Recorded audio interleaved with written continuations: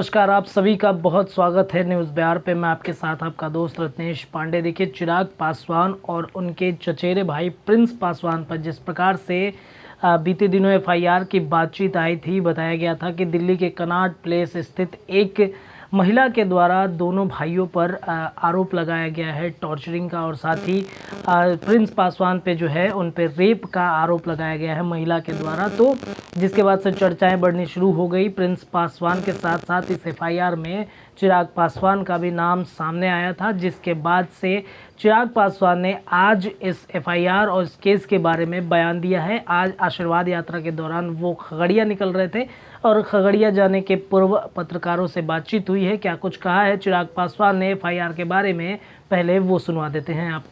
बिल्कुल मेरी जानकारी में था, इस बात को तो मैंने कहा ही है, मेरी जानकारी में था। पर जैसे ही ये विषय मेरी जानकारी में आया, आप लोगों को याद होगा जब ये पार्टी में टूट और ये पूरा जब घटना चक्र घटा था 13 जून को, उसके बाद संभवतः मैंने शायद 15 जून को मैंने एक प्रेस कॉन्फ्रेंस की थी, उसमें भी ये सवाल उठा था। और उस वक्त भी मैंने इस बात को बहुत क्लियरली कहा था कि हाँ, जनवरी के आसपास मेरे संज्ञान में ये पूरा मामला आया था। और उस वक्त मैंने दोनों को बुलाकर दोनों का पक्ष मैंने सुना। मैं कोई इन्वेस्टिगेटिंग अथॉरिटी नहीं हूँ, मैं ऑथराइज नहीं हूँ इस तरीके के किसी भी क्रिमिनल मामले में किसी भी तरीके का कोई भी साइड लेने के लिए या डिसीजन लेने के लिए। इन्वेस्टिगेशन का मामला है, इन्वेस्टिगेट होगा, सच सामने आएगा। तो उस वक्त भी मैंने दोनों को यही एडवाइस किया था कि आप दोनों पुलिस के पास जाएं, एफआईआर दर्ज कराएं और मैटर को इन्वेस्टिगेट होने दें। और मैं आज भी इसका पक्षधर हूं कि जो भी दोषी है उसको सज़ा मिलनी चाहिए।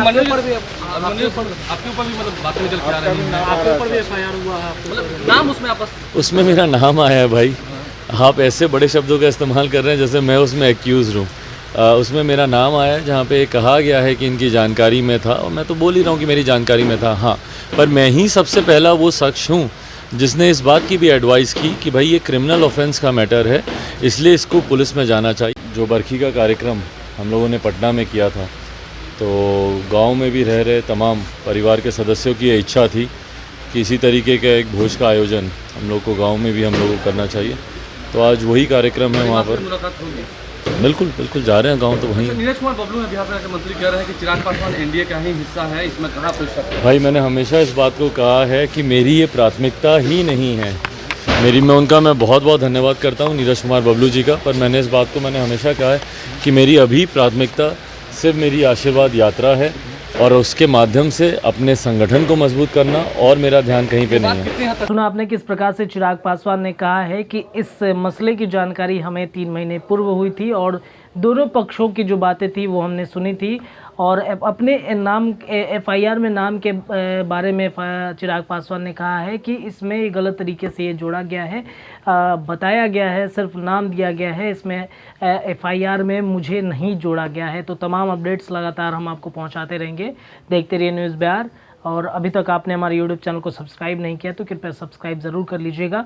मिलते हैं अगली खबर में, तब तक के लिए बहुत बहुत धन्यवाद।